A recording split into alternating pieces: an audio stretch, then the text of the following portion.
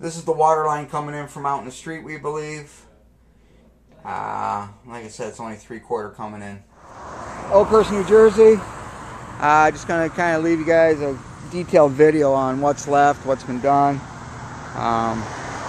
In regards to the irrigation system that has to be put in, inside the building there's only a 3/4 tap, which I'll show you. And they might have to come out here and do a street tap for a 1-inch line for the sprinklers.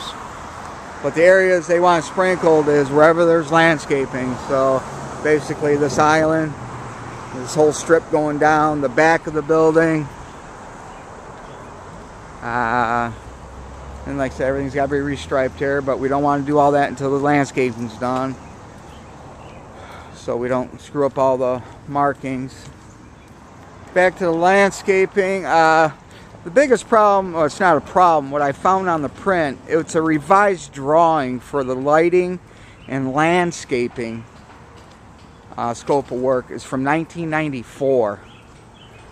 And I got just the problems that we're having, there's just a lot of growth that has happened in the last 15, 16 years.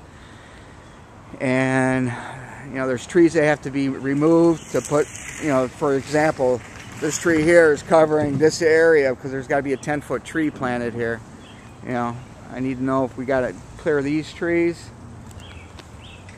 Also, you know, all this has got to be dug out about 16 inches, and there's got to be assembled a certain way with mulch and stone and whatnot.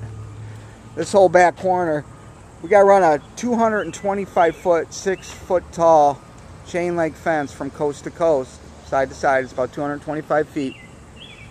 And I'm guessing at the time they drew the plan up for the landscaping, none of these trees were here. I was told we can't cut down any trees, but they're impeding, you know, the work to move forward. This is all got to be cleared out here because it puddles up here because everything's got to drain back into this drainage area. Some trees are in our fence line. They said we can adjust the fence as we need to accommodate, you know, the new trees. All this has got to be sprinklered back here. There's probably about 40 plants and trees and pines that have to be installed here. The big problem is this corner here. This fence line will actually carry over probably about 30 to 35 feet back into the corner. And as you can see, the growth that I have here.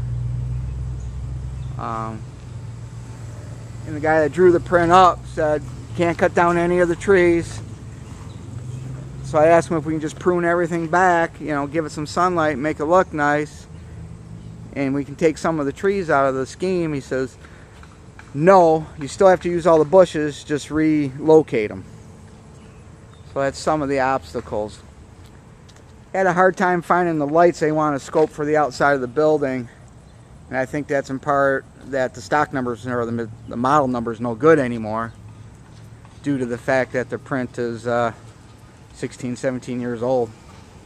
We have to extend the sidewalk out 12 feet, put another curb in there, return it, then make a 12-foot slab from the doorway out 12 feet for the ramping for the handicap. We put a temporary one in right now.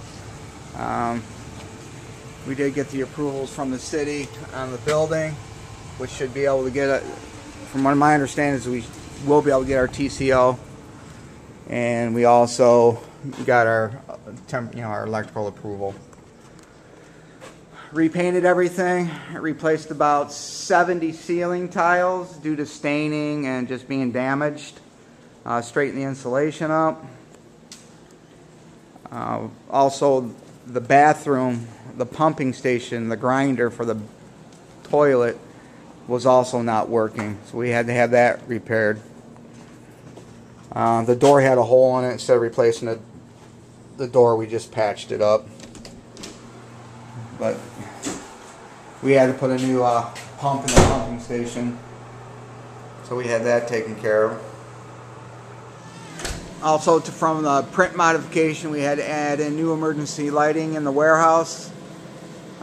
We had a fire stop across the whole front and back of this demising wall. We drained the PTAC units. We had to put spotlights in. We also cleaned up some of the electrical and low voltage. Replaced some warehouse lighting. They're just turned off right now. Some more spotlights that we put in. Relocated the exit for this store here. On the outside, what we had to do is put standby lighting on the outside, which will illuminate the area in case of a power failure.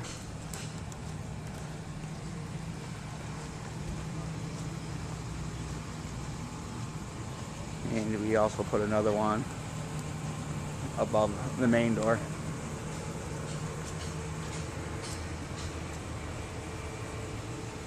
Okay, so in a nutshell, what we're left to do is we have to get a letter to the fire chief explaining that we'd like an extension. I would say to the end of the August, because right now you're occupying 3 suites. The showroom, which is on that side, this warehouse area, and your old showroom back in that area. So when he comes out and inspects, he's inspecting all 3 suites. 1, 2, 3. He'll let us take our time moving from back into our old area. Then we have to come back out, and the holes that we created to run extension cords through walls, the cat wiring, he would like us to seal up.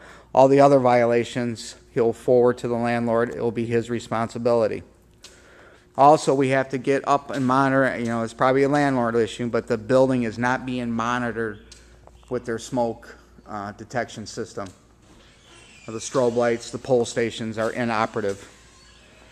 We've had all the fire extinguishers in the 3 suites that we're in right now, all tagged and certified. We're waiting for pricing on the landscaping, the irrigation system, and the cement approach. And I have to get a change, not a change order, but an addendum on the type of lighting they want to put along the building.